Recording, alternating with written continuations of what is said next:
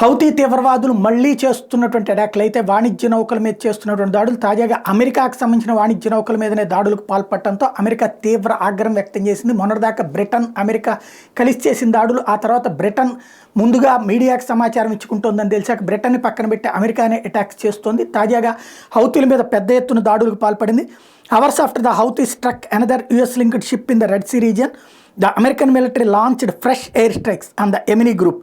US forces said that they had struck over a dozen Houthi missiles which were loaded on rails and were ready to be launched.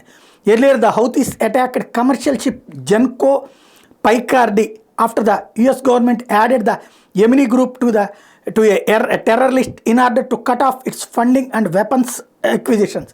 ఓ పక్కన ప్రపంచవ్యాప్తంగా జనం ఇచ్చినటువంటి డబ్బులతో ఆయుధాలు కొనుక్కుని అరాచకాలు చేయడానికి సిద్ధపడుతున్నటువంటి హౌతీలకి దెబ్బ కొట్టేందుకు ఆర్థికమైనటువంటి ఆంక్షలు విధింపజేసింది అమెరికా. ఆ ఆంక్షలు విధించిన మరి కాసేపటికి అమెరికాకు సంబంధించిన వాణిజ్య నౌకని దెబ్బతీసి హౌతీలు తమ ప్రతాపం చూపెడితే ఇప్పుడు హౌతీలకు సంబంధించినటువంటి మిస్సైల్స్ రెడీలో ఉన్నటువంటి వాటి మీద దాడి చేసి అమెరికా తన ప్రతాపం చూపెట్టింది. ఓవరాల్గా యుద్ధం హౌతీ వర్సెస్ ఇజ్రాయెల్ కాస్త ఇప్పుడు Houthi versus world, Houthi versus అమెరికాగా మారుతోంది.